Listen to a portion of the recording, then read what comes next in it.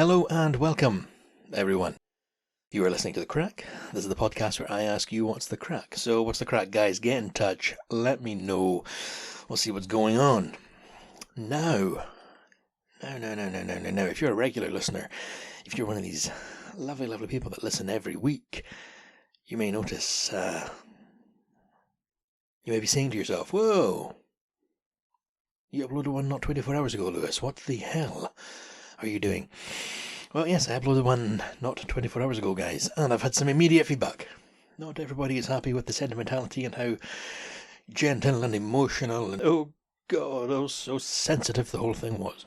So, to keep everybody happy, to keep all the plates spinning, to make the world go round, you're getting this little bonus episode.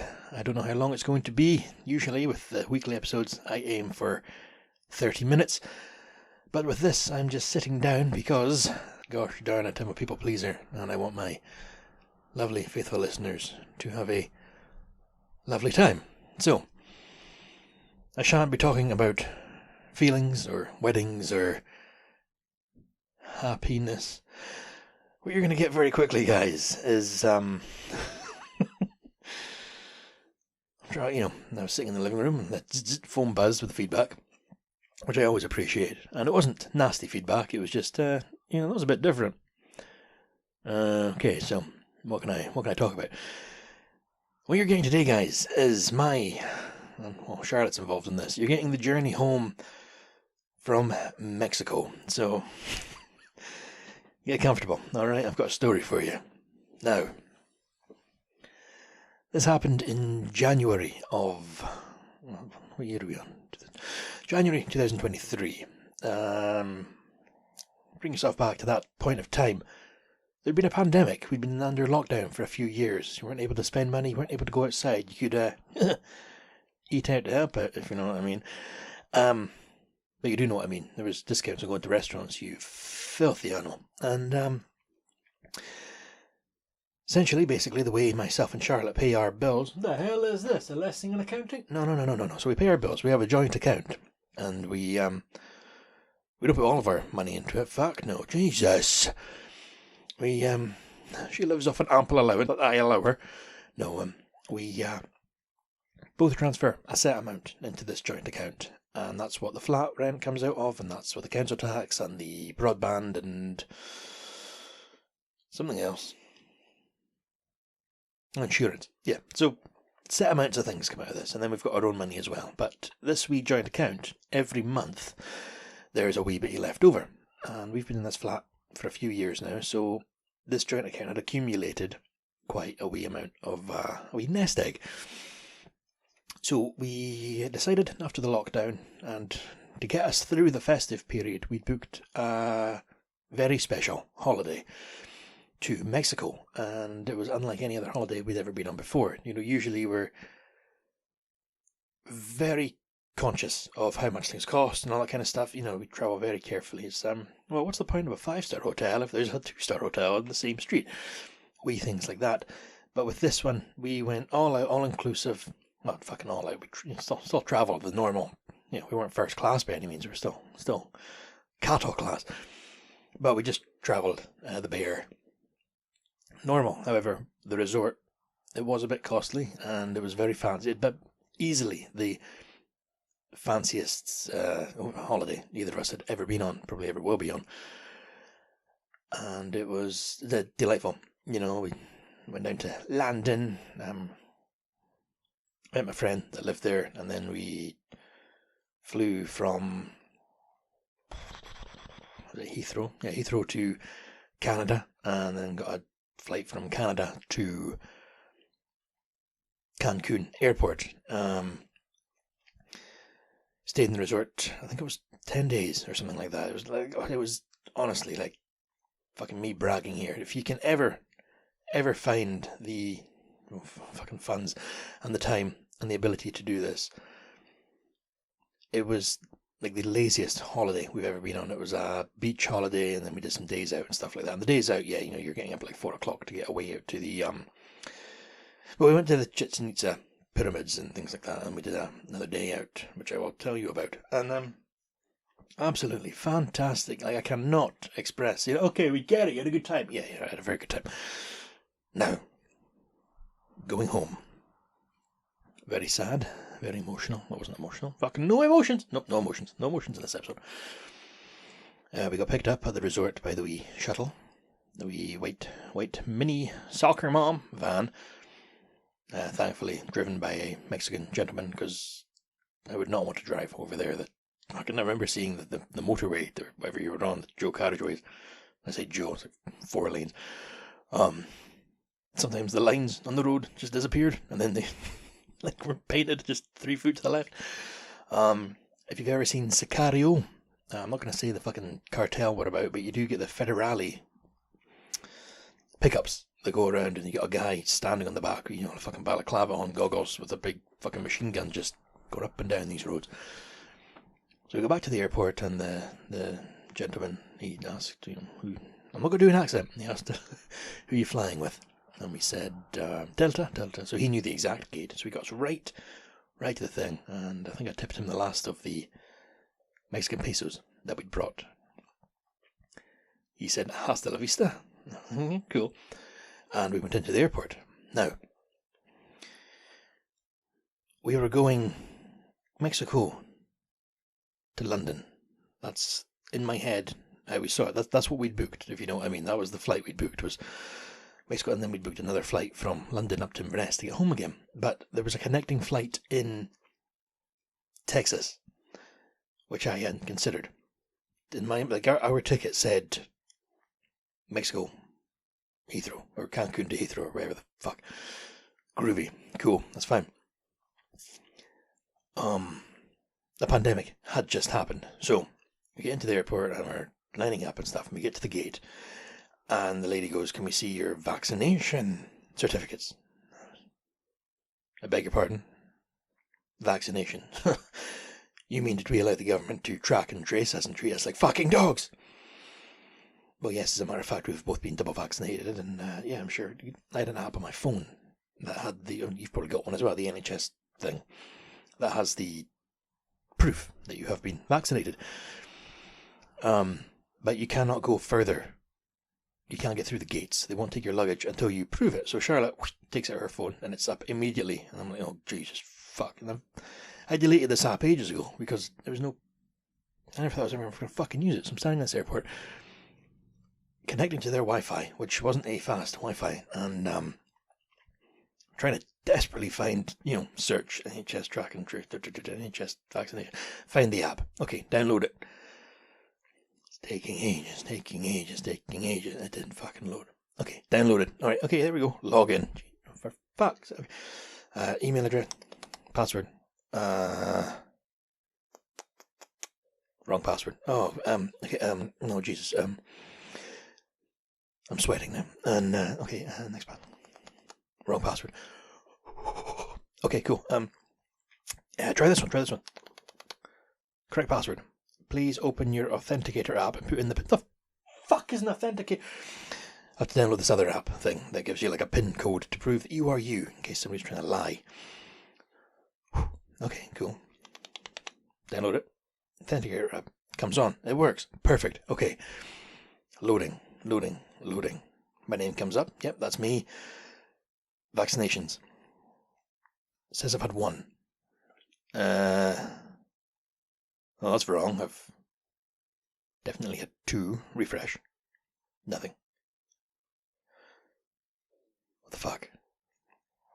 And the lady's just staring at me. She doesn't give a fuck. If I don't get in this flight, what's she going to do? Reload. And Charlotte's like, you definitely have to. Yes, I've definitely had 2, darling. Thank you for making sure. So I'm going through my emails, trying to find proof for my work, that because it was they got vaccinated through work. There'd be like can you go to the ambulance service drop-in center? For fuck's sake, yeah, cool. Then you turn up and there's just the public are there, so it's got nothing to do with work. It was just this weird, I think the service trying to show that they were vaccinating their staff. And eventually I logged into this little thing from work, and then I put a code in, and then it updated the app that way. So my app, if I was to download it now, would tell you that I'm double vaccinated. But that's all fine. We got checked in at the Mexican side. We got into the departure lounge, and all's going well. Then big delay. Okay, cool. It's fine. We got hours in Texas, you know. So it's like a 3-hour fucking delay where it's fine. It's alright. We can, you know. What's the worst that can happen? Well, guys, what's the worst that can happen? We get on the plane. Myself and Charlotte are not sitting together because we just had 10 days together. We don't need to sit together for like an hour and a half on the plane. And I'm beside this American lady, and I can see Charlotte through she's sort of down to the left. I can see her. She's sitting beside an American man, and we're sitting on the runway for ages and ages and ages, and then you know does that thing where it just starts moving. There's no announcement. The seatbelt lights on the whole time, and then fucking Star Trek. You take off. You know, you get the rumble of the engines, and then we're in the air. We're good. Okay. Adios, Mexico. Next stop, Texas. And flying for a while. And we come in. It's nighttime. It's dark, and it's you know what I mean? It's like a night sky. It's all the lights in the ground are like stars, hundreds of them. And we don't land. We're still flying. No, we don't. You know, we go around Texas. We go around Texas, the whole fucking state, twice the size of France. No, we just circle the airport. And then ladies and gentlemen, this is your captain speaking. We've had some delays here due to there's tornadoes in the area. The fuck do you mean there's tornadoes in the area? Tornadoes, like Twisters, like Wizard of Oz, like the film Twister, like these giant... What the hell is going on? Alright, cool. And then we land, and we don't go anywhere on the ground. The plane lands, and the boy puts on the handbrake. Plane stops. And we're sitting there for a long time.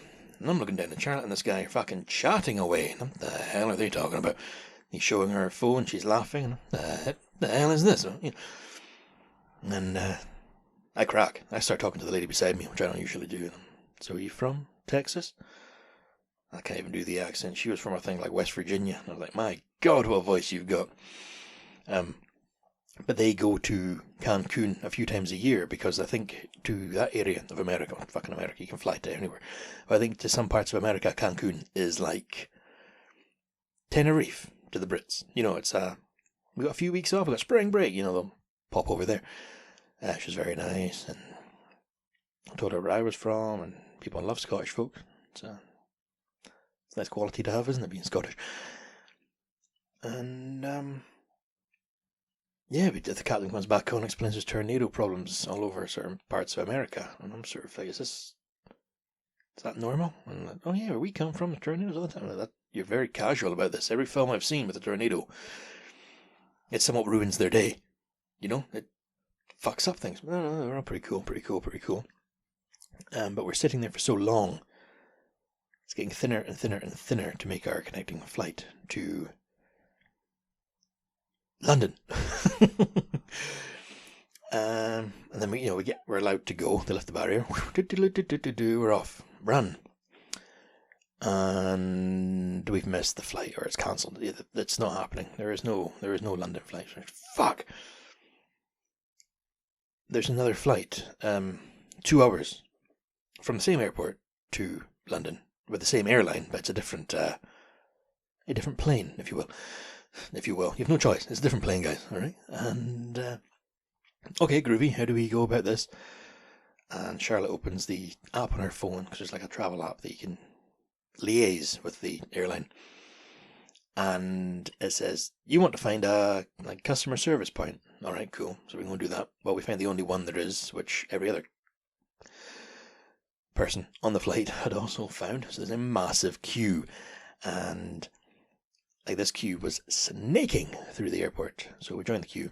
And I won't go into detail, but we're there for so long, over 2 hours, that we miss the other flight. And they very kindly offer us, complimentary water. But it's not even fucking hell, guys.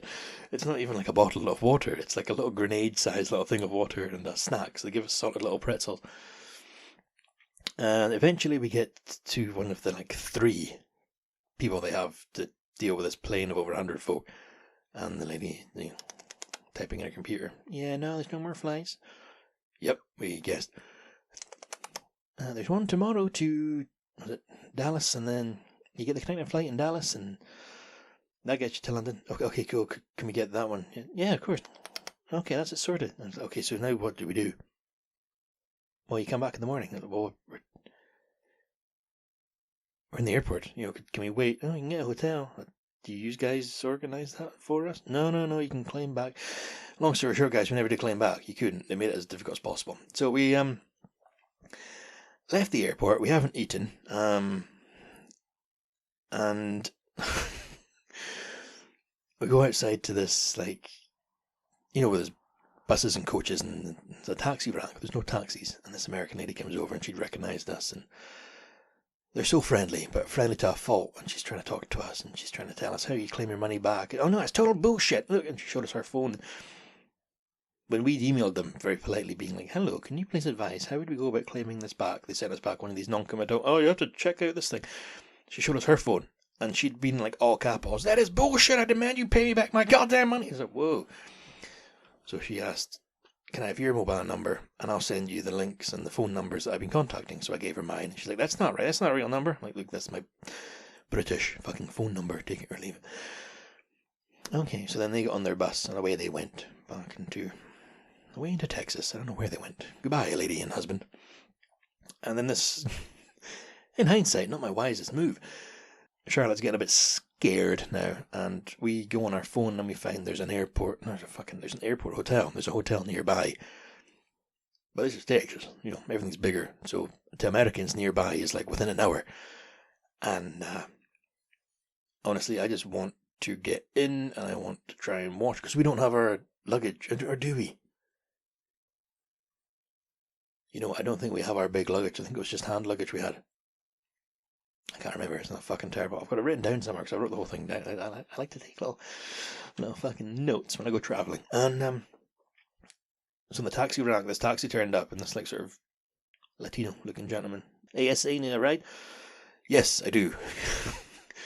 So we get in, and so after I sit down, I'm like, is this even a fucking taxi? And then, yeah, it was fucking hell. Yes, it was. But that's how easy it would be to human traffic me, just deprive me of sleep and food for a good time, and then I'll get in any vehicle you want. He put the meter on, he asked where we're going, so we told him. He knew where it was. It's about 40 minutes away, but that's within the airport area. And we're on their, highways and stuff, and he's making conversation. He's been to Cancun a bunch of times. He goes to Hawaii sometimes. He loves Hawaii. Everything I say to him, I know he has no clue what I'm saying, and I don't even think I have an accent, so I'm trying to speak as clearly as I can. And it winds Charlotte up, because apparently I do have an accent, and when I try to speak clearly, it just accentuates it, and she thinks I'm putting it on, but I'm not. No, like if I try and speak as calmly and clearly as I can, it comes out all fucking Brigadoon, Huchter, fucking look at this boy in his kilt. So yeah, but eventually we get to this hotel, and not the best hotel in the world, but it's cheap, and it was near the airport. Fucking near the airport. Fucking within drive of the airport. And we arrived there, and fair play to the guys. Like, look, in the morning, there's actually a free shuttle to the airport. Don't get a taxi, because it's cost you, like, quite a chunk. I'm like, thank you very much. Thanks, man. Shook his hand. Go inside. Check in. Send us up to the room. Lift opens, and I recognise that smell. Not a great hotel, but, might get stoned. We get into the room, and we'd gone from staying in this pearly Mexican resort, 4 or 5 stars or whatever, clean, white, like everything, white sheets. All right, guys. So white's only resort. No, like everything was pristine. Like all the linen was white, all the chairs, it was just shiny. There was like some sort of, it wasn't real, obviously. You know what I mean? It was all built up. And suddenly we're in this hotel, like something from No Country for Old Men. I was like, all right, so this may be where I die. But I'm tired. I'm in a bad mood. Would I fight it at this time? And I asked Charlotte, you want any dinner? And she starts crying, and it's terrible. She's all scared and everything. She's not having a good time. But I'm the man. I've got to look after her. So put a brave face. I'll go find a vending machine. So get some candy. And she falls asleep almost immediately. I put on TV, watch some American TV. I think it was called Three's Company or something like that. Or Three's a Crowd. Just watch something, and I watched a film called like Goblins 2, but I watched the Spanish dub. And I couldn't really switch off. Anyway, next morning, get up, go downstairs. Saw a member of staff saying grace before he ate his breakfast, and which I know is not a big thing, but I've never seen somebody actually say grace in person, which I know, again, sounds weird. But we're standing in the lobby, and this young sort of Latino-looking guy comes in, and is it necessary to mention his race? No, you're right, that wasn't necessary. But he comes in, and he pours himself some cereal, puts the milk in it, takes off his hat, and then bows his head and sits for quite some time. I'm just standing there fucking sleep deprived watching, and he makes a mark of the cross and eats his cereal. I'm like, that's very nice for some reason. Now, right across from the hotel we were in, there was a Waffle House diner.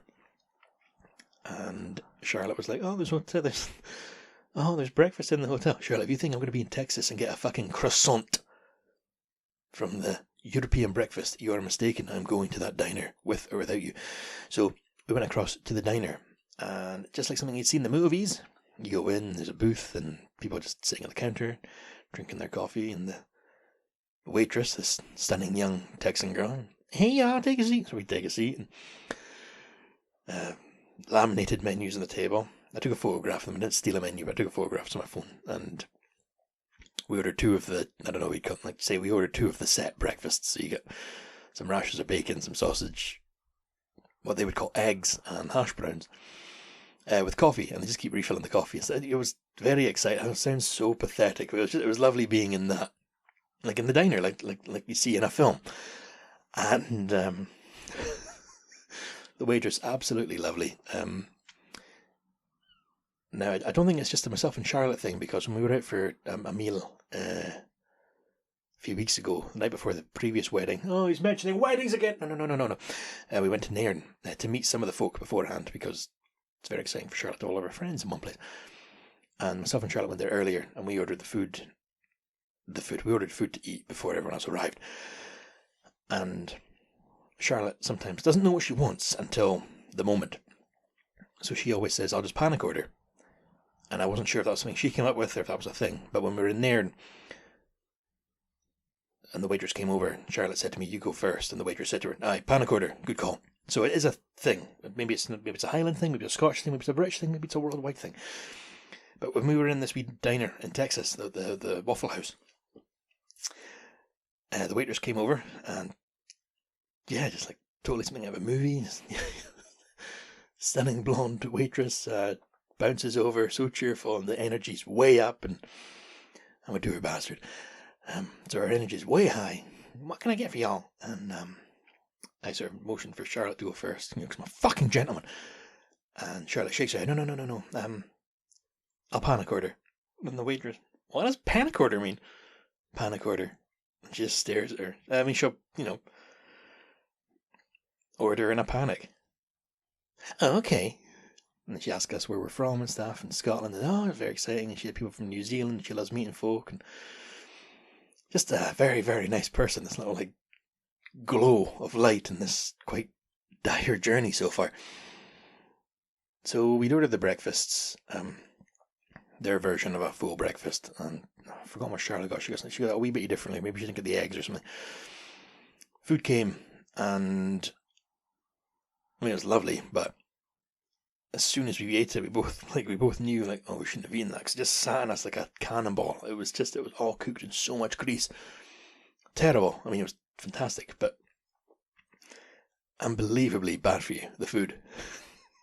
And for me, somebody that has the diet I have, to be like, that's not good for you, that food. It must be bad. So we ate our food, and she came over, gave us the bill, or the check, I don't know, whatever, and she'd written at the bottom, in lovely, cartoony, girly handwriting, remember, it was like, Jesus loves y'all, or something like that, with a love heart on it. Yeah, that's a bit, I don't know how I feel about that. I'm kind of touched at the same time. That's a very nice thing to say, but just remember, Jesus loves you. Alright, thank you. I think he loves you too. So she got one. This isn't fucking. She got a big tip because no, yeah, she got a big tip because we were on the way home, and that's when it turns into Monopoly money. So she got like a $20 tip for like a $10 breakfast. And oh, fucking Uncle Pennybags over here. No, we left the diner, and somebody had turned up in their big Texas pickup thing. These like, I don't know what you'd call them. I can't stress how big these things are. It's a pickup, but it's about the size of a minibus. And Charlotte stood in front of it. I wish we got a photograph, because they parked right up by the all the car parking spaces were like drive in. Nobody reverse parks. That's what I noticed. Everything was parked in, and they parked right up at the diner window. So there's a tiny wee walkway across the front. So as we're walking past, Charlotte, who's maybe a foot and a wee bit taller than she is, but she's not the tallest lady in the world. The bonnet of this thing, or the hood, if you like, was above her head. Do you know what I mean? So, like, if she was to try and cross the road in front of this thing, the driver would not see her. It was wildly dangerous. Massive vehicle. We got back to the hotel, the shuttle turned up, we got on, and we were on with these, again, two more stunning women. They were from... they were two young ladies from Argentina on a missionary trip. They were going to Kansas to spread the word of God. So there's myself and Charlotte and those two in the wee shuttle, and we go back on the highway, interstate, whatever the fuck we got on the motorway, the Joe Carnegie the road. Go back to the airport, and there was better energy that morning. So we wished them very well on their trip. They'd never heard of the Wizard of Oz, but they were going to Kansas. We were joking about the tornadoes, and they stared blankly. They spoke incredible English, probably better than I speak. So we got to the airport, and we got up to the gate, found where we were going, and when the lady said we were going to Dallas, I assumed because Texas is twice the size of France, and France is twice the size of Britain, she meant Dallas Airport, because we were in Houston. No, Washington, D.C. Airport is called Dulles. Yes, so we're not going to Dallas, we're going to Dulles. I didn't know that. So, get on the plane, fly over, and suddenly we're... Oh no, but before that, sorry, when I was in Texas, I went and bought a cowboy hat. I bought a cowboy hat in Mexico, the leather one. It was a cool sombrero, according to the guy that I passed afterwards, and I fucking rode that high for a while. But no, I went and bought an actual Stetson, like a brand Stetson cowboy hat. I'd never seen Yellowstone at this point, but there's posters of that all through this airport store. And for some fucking reason in Texas, I've still got the book here. We were in their version of W.H. Smith, whoever it was, one of their, news agents in the airport. And what's it called? The book's called Cinema Speculation by Quentin Tarantino. And it had just come out, and it was all hardback, and for some reason I thought I'll buy this. So I've still not read it, but there it is in the bookshelf. And it's a massive big hardback thing, so now to carry that home, and if you ever try transporting a cowboy hat, you have to wear it. I looked like a fucking clown buying that hat because I was trying on the different ones, and I've got a big head. And I said to the lady in the store, she's all decked out like proper cowgirl country singer. I think we're going to pass that half an hour mark soon. Sorry guys, this is going on a little bit. I said to the lady, I've never bought a cowboy hat. Is this okay? And she went, can you put your head upside down without it falling off? What? The idea is if you're on your horse, because these are actual, there's a purpose to cowboy hats. It's what the workers wear, the cow hats. You put it on your head, you're meant to be able to tip your head upside down to look underneath your horse without it falling off. So I was standing in this shop, looking like I was listening to rock music, rocking my head back and forth with this hat on, and Charlotte just started laughing. It was nice for her to be laughing again, because she was very stressed out. I think it's all getting a bit much for her. She was tired. So we leave fucking Mexico, we leave Texas, and we land in Washington. All's going well. I was quite excited to be there, actually, because that would have been the airport that Mulder and Scully would have used, if they were real, in the X-Files. So we're there for fucking ages, and we're going around, and we got a Chick-fil-A or something like that. Takeaway, very good. Find our gate, sitting there, we get on our plane, and what was lovely, I don't know if it was an accident or not, we actually got bumped up seat-wise from economy to economy plus. Not quite business, not first class, but economy plus. And what that meant was we had chairs that were slightly wider. They had like a little footrest underneath and a bit more leg room, but it was in this own little like segregated area in between economy and business. But the flight, it was a red eye. It was overnight, so we left there at night time. Like, this is the full day was us going from Texas to Washington and hanging around the airport. This has been going on for hours. A lot of sitting. It's funny, I can just sum up this whole thing in just over half an hour, but this is a long endeavour. We're just trying to get home. We haven't showered, and I'm using my fucking American Express card like fuck, which I never really use. We get on the plane, and we're flying, and this is the point where I'm going to tell you guys, because I've been trying to keep it clean. Now, in Mexico, one of the days out, as I said, we went to the Chichen Itza, however you pronounce it. We went to the old Mayan pyramids. The other one we did was to a national park, where you're not guaranteed to actually see any of the animals, but it's a national park. So if you do, you do. If you don't, you don't. There's no guarantee. But not that we're ultra hippie or liberal or anything like that. We don't like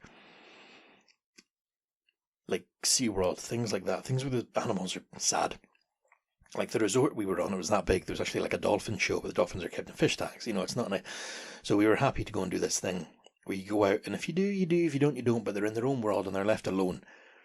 Well, left alone as they can be as you fire through in your speedboat. But part of that day was you go way out into the crystal clear blue waters, and the tour company thing, if you like, would give you life jackets and snorkels with goggles. And then you see all the colourful fish and all that kind of stuff. Charlotte wasn't keen. She didn't want to go into the water. Don't blame her. It could be sharks. Me trying to show that I wasn't phased at all. Got on my life jacket, put on my goggles, and I stuck the snorkel in my mouth. And then I just jumped off the fucking water. I just jumped off the boat, all kitted up, and straight into the water. Now, life jackets don't just make you stop on the surface, they float. So when I hit the water, I went under. And yes, the life jacket pulled me back up, but I hadn't expected to go under. So when I jumped in the water, I went down, all of me, completely under. Yep. Quite a lot of the water shot down the snorkel into my mouth, which I wasn't expecting. So I swallowed quite a substantial amount of dirty Mexican seawater, which I still have to think about. So I come back up to the surface, coughing and spluttering, trying to keep a brave face for Charlotte, but in that moment it was like, oh no, that can't be good. Don't want to think about what's in there. Don't want to think about it. But, I swam around, looked at the fish, saw the jellyfish, go back on the boat, and then later that night, oh dear, that was when the troubles began. So there was no vomiting, guys, but let me say the other end was quite distressed. Basically pure water coming out of me. Okay, now, alright, let's get that out of the way. So this whole journey home, bear in mind the whole story I've been telling you so far, I have had terrible diarrhea the entire time. Every time I've seen a toilet, I've had to go in just because it would come on quickly. Now, luckily, hand on my heart, I didn't shit myself once on this way home. But every half an hour, I had to get in the toilet, alright? I was sweating, I was not in a good way, I needed to get home, and then, so I was poisoned, basically. So bear in mind all this fucking shit we're going through, all this shit we've been going through, I have been unwell the entire time. So we're on this, and then fucking I still had that big greasy diner breakfast, that sat me like a cannonball, and that was out of me before we'd left the hotel in Texas. Whew. So we're on the plane back to London. We're leaving Washington, and I have visited every single toilet in that airport. You're walking down the things, and there'll be a sign for a next one. Charlotte, I gotta go in, I'm really sorry. No, it's okay. No, I'm really sorry. This is... What an end to the holiday. Land back in London, and still haven't slept. I haven't slept in the plane, because I've been getting up every sort of 20 minutes to go to the toilet. I was fucking feeling emotional. I watched a film called A League of Their Own with Tom Hanks and Gina Davis and Madonna, and it's about the first women's baseball team in America, and at the end of that they play this montage of all the old women meeting up again with a very slow song, and I fucking nearly started tearing up on the plane. I was not in a good way, guys. I was ill and I was emotional and tired. Get to London, Heathrow, fucking our flights at night time. We've landed in the morning, and I haven't slept on the plane because I've been up and down and fucking find a bench in the airport. And Charlotte falls asleep, and I'm sitting there looking after our luggage. Like, I know it's an airport, it's probably safe, but I'm not in that frame of mind. I am defense mode. There's a lot to being a man, and there's things you wouldn't think about. When you're with your lady, you are responsible for her. And then, so she's sleeping, trying to get as much rest as she can, and I'm just not enjoying myself at all. And Heathrow Airport, they have like Daleks going around that clean the floors. They don't hire staff, they hire robots. And Charlotte eventually wakes up, and I'm like, I'm gonna have to go to the boots. So I go to the boots, and I'm like, listen, I don't want to give you too much information, but I have a really bad diarrhea. Have you got anything for it? And the girl was not phased. She gave me these like tablet soluble things that you meant to, didn't make a world of difference. Didn't do a fucking thing. I was not in good shape. So we're with British Airways to get home, and Charlotte's on the app, and she's like, there is actually an earlier flight. I was like, okay, cool. Can you change it on your phone? No. We'll have to find somebody. So I'm sleep deprived as fuck. I'm like, okay, hang on. There's a British Airways desk over there. So I wandered over to it, and excuse me, can you help? And the guy looks at me, and I could tell from the way he was looking at me, like, oh, what's happened here? And, are you going to West Africa? Am I what? And he sort of like motions with his head. He goes, this is the British Airways flight. It was some country in West Africa, and let's not get racist here, but colour-wise, I must have stood like a sore thumb among all the folk that were flying, and I could see why the guy looked at me like, why are you over here, you sunburnt, sweaty, yet somehow pale bastard? What are you doing over here? And I was like, there I am. We're trying to see if we can change our flight home, get home earlier. Oh, you got to do that in the app. No. Oh, the app's telling us to find somebody. No, we don't do desks anymore. All right, thank you. But if you want to go to this country in West Africa, I can probably get you. No, you're okay, dude. You're all right. Thank you. So we had to just sit for hours and wait. Eventually, we got back to Inverness, guys. Happy ending. I got home not well. I think by the time we got home, I worked out I'd been awake for like 43 hours. But we're back. There was more to it, but I'm just seeing this now. We're up at 40 minutes. So, thank you very much for listening to the bonus episode of The Crack. There you go. Give you a bit of information there. Hopefully brought some laughs to you. Hope you enjoyed that. And I can only heartily recommend that you visit this Cancun area of Mexico. However, I wouldn't recommend visiting Carmen. That was not a nice city from what I saw. Chichen Itza, absolutely incredible. Don't drink the seawater. Just don't think you would, but it's worth saying don't do it. So guys, feel free to get in touch by all means. Go to the website www.thecrackpodcast.co.uk. I'll say it again, www.thecrackpodcast.co.uk. So we tab on the website, contact, get in touch. Where have you been on holiday? What holiday horror stories have you got? Please share. I feel like I shared too much with you on this one, but hopefully it brought a smile to your face. And I hope your day is going smoothly. Alright, gang. So until next time, which might be tomorrow, depending on the feedback you get on this one. So next week, until next time, as always, you look after yourself. Be good to each other. Don't take any shit. But just be good. Alright, I'll speak to you next time, guys. Bye for now.